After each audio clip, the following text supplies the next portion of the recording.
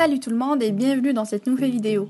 La vidéo d'aujourd'hui est d'un petit village des marches orientales de l'Europe qui est devenu l'une des plus grandes capitales européennes, peuplée de près de 12 millions d'habitants. Vous savez? Oui, c'est Moscou. Allons-y! Je sais, et vous saviez aussi, que si Saint-Pétersbourg est la fenêtre de l'Europe sur la Russie, Moscou est le cœur de la Russie.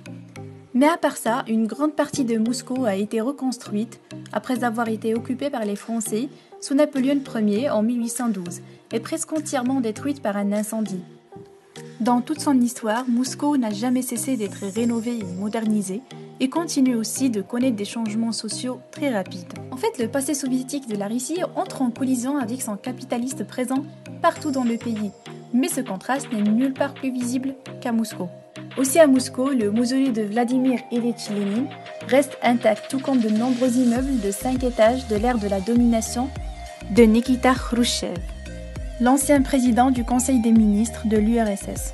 De surcroît, de nombreuses églises orthodoxes ainsi que certaines synagogues et mosquées ont été restaurées et les marchés traditionnels ont été relancés et élargis. En parlant de Moscou, il est devenu habituel de la comparer à Saint-Pétersbourg. Son rival est l'ancienne capitale en 1712-1918. Alors que Saint-Pétersbourg a absorbé les influences d'Europe occidentale, Moscou est considéré comme une ville russe traditionnelle.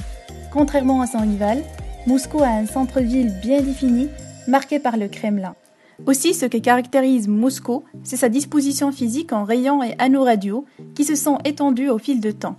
Son méli-mélo aussi de styles architecturaux et ses bâtiments historiques qui ont été principalement construits par des architectes russes.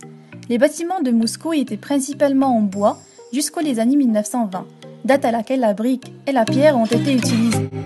Le petit village d'hier n'a jamais cessé de se développer jusqu'au devenir le cœur de la Russie aujourd'hui.